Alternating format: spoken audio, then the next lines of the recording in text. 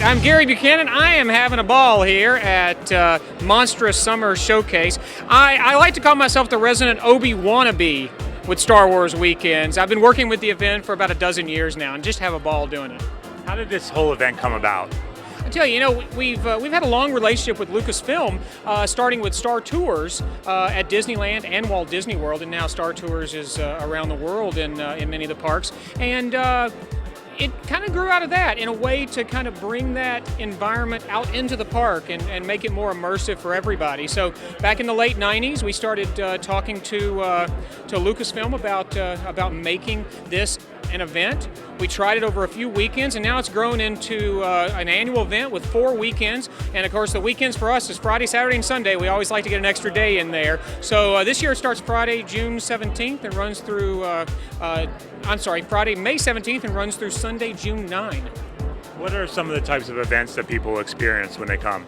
I tell you, from the moment you walk in the park, we really want to immerse you in a Star Wars environment. There are more than 60 characters from Star Wars that'll roam the park. It's the largest gathering anywhere in the world.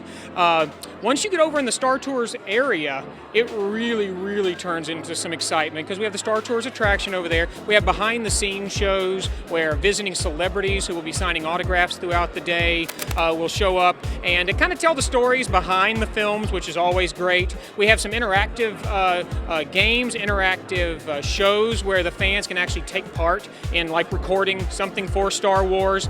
We also have the Legends of the Force Parade, which is great. All the Star Wars characters, hundreds of stormtroopers going down Hollywood Boulevard to all that great Star Wars music, and it's just fantastic. But at the end of the day, that's when it really gets even more exciting because we have what we call the Hyperspace Hoopla.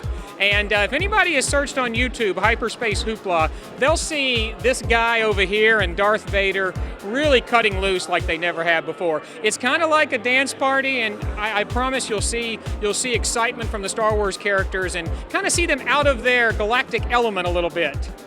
Talking about excitement, what impact do you feel the new announcements with the new Star Wars movies will have on attendance and the excitement around this year's events? Well, as far as excitement, I mean, it's really a lot of great buzz, obviously, around it. This year and moving forward, we just see that growing and growing because it's something that, Star Wars is something that's been around for 30 plus years, and continuing that legacy of Star Wars. Star Wars and Disney are very similar, because people that grew up with Star Wars now want to bring their kids to see Star Wars, and they want to take them to see the new movies and take them to the park to experience what they did back when they were kids. Disney's the very same way. A lot of people grew up in Disney theme parks, so they want to have their kids experience the very same thing and experience it as a family, and that's the great thing about Star Wars weekends. And the most recent thing you guys did when it comes to Star Wars was the 3D. What does that add to the experience for Star Tours? Oh, yes, the 3D! I tell you what, Star Tours, The Adventures Continue, not only is it 3D, but it has more than 50 story combinations. So the computer kind of picks out your star speeder. Ooh, probe droid.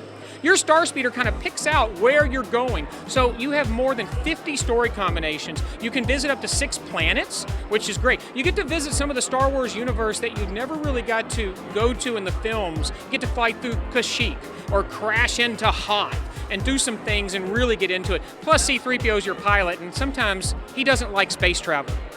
As a Star Wars fan yourself, what role do you feel the video games have played in between the films?